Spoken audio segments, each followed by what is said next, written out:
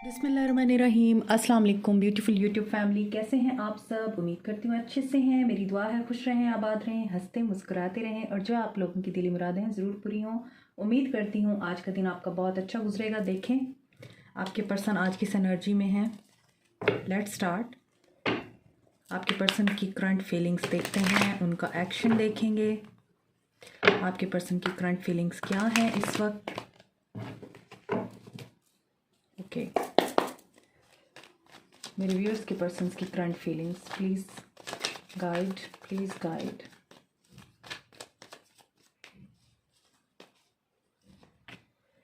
karma, someone is coming back to you। Four of swords, जिसने आपको cut किया, जिसने आपके साथ ताल्लुक़ में लड़ाई झगड़ा किया और ब्रूटली आपके साथ सेपरेशन की, ईगो में आया जो पर्सन, एंड इस वजह से ईगो में आया कि आपको ऑप्शन के तौर पे ट्रीट किया उसने और आपको प्रायोरिटी नहीं दी, आपको वैल्यू नहीं दी। तो आपने अपनी वर्थ को पहचाना and you came out of that relationship. Your ex is coming back, your person is coming back to you and he is very rich, he belongs to a rich family. 10 of wands, a very responsible person. मुझे ऐसा लगता है ये person आपके या तो single man है, one man army है, इसी के ऊपर सारे घर का बोझ है, बर्डन है और ये किंग की एनर्जी में रहता है। एक ऐसा पर्सन जो बड़े वाइज फैसले करता है और जिसके फैसलों को सुना जाता है और जो अपने फैसलों में पीछे नहीं हटता जब एक दफ़ा फैसला कर ले, और इसके ऊपर जिम्मेदारियां बहुत ज़्यादा हैं और फैमिली की वजह से इस पर्सन ने आपको छोड़ा है। इस पर्सन ने आपके साथ इस रिश्ते को एक ऑफिशियल रिश्ता बनाने की बजाय आपको जाने दिया, जजमेंट, और आपके साथ मोहब्बत की, प्यार किया, लेकिन जब आपने कमिटमेंट की बात की तो इस पर्सन ने आपको जाने दिया। क्योंकि यहाँ पर मैनिपुलेशंस नज़र आती हैं, यहाँ पर थर्ड पार्टी नज़र आती है, यहाँ पर नज़र आता है ये पर्सन काफ़ी ज़्यादा ऑप्शंस को ट्राई करने का शौकीन है।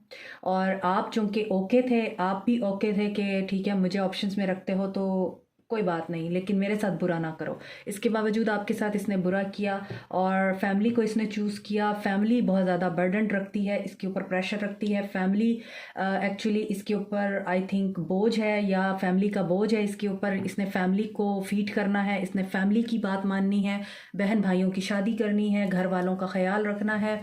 या फिर ऐसा भी है कि आप लोग मैरिड आदमी से मोहब्बत करते हैं तो उसकी अपनी फैमिली है, बच्चे हैं, वाइफ है या हस्बैंड है तो उसने उसको देखना है। तो ये दो सिनेरियोज नज़र आते हैं, लेकिन इसके ऊपर बर्डन है घर का, तो ये आपका बर्डन नहीं उठाना चाहता था। ये फाइनेंसिस को लेके भी वरीड था। इसको लगता था कि अगर आपको भी अपनी ज़िंदगी में शामिल रखेगा तो ये सही तरह से फाइनेंसिस को यूटिलाइज़ नहीं कर पाएगा, ये फाइनेंसिस के हवाले से वीक हो जाएगा। इसको ये लगता था कि अगर आप भी इसकी ज़िंदगी में आ गए तो ये आपका बोझ कैसे उठाएगा। ऑलरेडी इसके ऊपर बहुत ज़्यादा बोझ है और इसके पास चॉइसेस भी रही हैं और ये उन चॉइसेस में से चूज़ नहीं कर पाया। तो यहाँ पे लगता है कि आपके पर्सन आज इस एनर्जी में हैं कि ये वापस आना चाहते हैं, आपके साथ बात करना चाहते हैं। ऑप्शंस के बारे में आपको पता था या कन्फ्यूजन थी आपको या आपको क्लैरिटी नहीं देता था तो आपने इसको छोड़ दिया।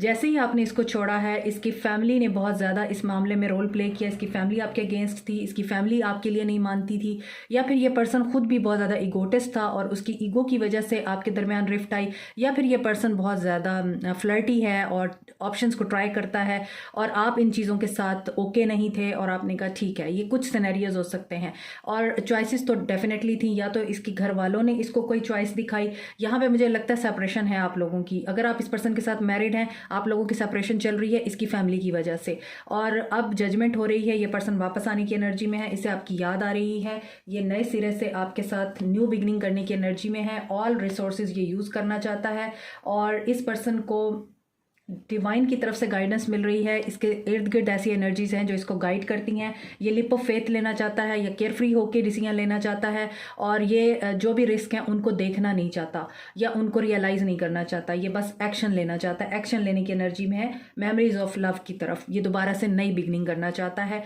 यहाँ पर स्कॉर्पियो एनर्जी स्ट्रॉन्ग है, जेमिनी एनर्जी स्ट्रॉन्ग है। इसके अलावा तमाम साइंस हैं, एयर साइन भी है, लियो साइन भी है और यहाँ पर वाटर साइन भी है और अर्थ साइन भी है। तो ऑल साइंस आर हेयर। यहाँ पे लगता है कम्युनिकेशन आ रही है, लेकिन उस कम्युनिकेशन में छुपा हुआ है टॉवर। ये न्यू बिगनिंग की एनर्जी में है, मगर मुझे लगता है टावर आ जाएगा आप लोगों के रिश्ते में, अगेन से सेपरेशन हो जाएगी, अगेन आप लोगों के दरमियान डिस्टेंस आ जाएगा, अगेन एंडिंग हो जाएगी। और ये एंडिंग क्यों होगी? क्योंकि यहाँ पर एक है विडो, कोई डाइवोर्सी वुमेन है, मदर अथॉरिटी बहुत स्ट्रांग है यहाँ पे, ये नहीं चाहती कि आप दोनों एक हों, और इसकी वजह से इस पर्सन के माइंड में आएगी नेगेटिविटी और ये पर्सन वापस आके चला जाएगा आपकी ज़िंदगी से, इगोइस्टिक हो जाएगा। और इगोइस्टिक क्यों होगा? अगेन थर्ड पार्टी, यहाँ पर फाइनेंशियल वरीज भी नज़र आती हैं और थर्ड पार्टी भी नज़र आती हैं। अगेन थर्ड पार्टी में जाने का इसका इरादा है मुझे लगता है वापस आने के बाद, और ये थर्ड पार्टी में से और आप में से अपनी फैमिली को चूज़ करेगा। This is the energy of today जो कि मुझे नज़र आ रही है। और यहाँ पे ये इसलिए हो रहा है क्योंकि ऐसा नज़र आता है कि जो झूठ हैं, जो इस रिश्ते में बदगुमानियाँ हैं, जब आप उसको क्लियर करने की कोशिश करेंगे तो टावर आ जाएगा। Expect the unexpected. अगर आपको ये एक्सपेक्टेशन है कि ये पर्सन नहीं आएगा तो ये आ रहा है, लेकिन अगर आपको ये एक्सपेक्टेशन है ये आ रहा है तो ये जा रहा है वापस। एक्सपेक्ट द अनएक्सपेक्टेड, क्योंकि यहाँ पर बहुत सारे ऐसे टॉक्सिक बिहेवियर्स हैं, टॉक्सिक पैटर्न्स हैं और ऐसी कुछ नेगेटिविटीज़ हैं जिनको क्लीन होना बहुत ज़रूरी है। यहाँ पर बर्थ दोबारा से हो रही है, रीबर्थ का प्रोसेस, ट्रांसफॉर्मेशन से गुजर रहा है रिश्ता आपका, और ऐसा नज़र आता है इस थर्ड पार्टी में से ये हैप्पी फैमिली को चूज़ करेगा। और अगर आप इसके साथ मैरिड हैं तो ये आपको चूज़ करेगा, अगर आप मैरिड नहीं हैं तो ये अपनी फैमिली को चूज़ करेगा, अपनी मैरिज लाइफ को चूज़ करेगा, ये आपको चूज़ नहीं करेगा। नाइट ऑफ वॉन्ड्स की एनर्जी है, एक्शन ले के भी ये वापस हट जाएगा, क्योंकि ये जिस एनर्जी से आपके पास आ रहा है ना, मुझे लगता है कि इसे यही उम्मीद है कि ये जैसा भी है, जिस तरह का भी है, आप इसको एक्सेप्ट कर लें, लेकिन आप इसको एक्सेप्ट करने की एनर्जी में नहीं नज़र आते। आप इससे क्लैरिटी चाहते हैं, आप इससे दो टोक बात करना चाहते हैं, और मुझे लगता है कि आज की एनर्जी में रिश्ता आपका एंडिंग की तरफ जा रहा है, ट्रांसफॉर्मेशन की तरफ जा रहा है। When you pass from this world, you take nothing with you but your soul and the memories you have shared with those you love। तो आपके लिए ये है कि आप अपनी ज़िंदगी में उन मेमोरीज़ को क्रिएट करें जो सारी ज़िंदगी आपके साथ रहती हैं, आपके जाने के बाद भी। उन मेमोरीज़ को लेट गो कीजिए जिन्होंने आपको हर्ट किया है, जिन्होंने आपको तकलीफ़ दी है, और उन मेमोरीज़ की वजह से किसी को बुरा ना कहिए ताकि आपको भी बुरे लफ्ज़ों में याद ना किया जाए। यहाँ पर है सेक्सुअल यूनियन, ये आ रहा है और इसकी एनर्जी में मुझे लस्ट भी दिखाई दे रही है, लेकिन मुझे लगता है कि आप इसको नहीं एक्सेप्ट करने वाले हैं। आपके दरमियान टोटली तौर पर दोबारा से कर्मा की एनर्जी है, कर्मा रिलीज़ की एनर्जी है। तो जजमेंट का मतलब यही है कि गया हुआ बंदा वापस आ रहा है, लेकिन अगर वो अपनी गलतियों से सबक सीख के नहीं आया तो ये दोबारा से सेपरेशन हो सकती है। Honour the place in one another where You are one eternal soul, for there you will find the true bliss। तो आप दोनों एक दूसरे से जुदा होकर भी एक दूसरे के अंदर true bliss, true happiness find out कर सकते हैं, क्योंकि आपकी सोल एक जैसी है। लेकिन यहाँ पर सोल एक जैसी हो या ना हो, यहाँ पर टाइम बहुत बड़ा रोल प्ले कर रहा है। Time will reveal everything, time will tell you what's the energy behind it. Okay, so this is it for you today. Like, share, subscribe, comment, press the notification button, bell icon also. Thank you so much. Take care. Bye.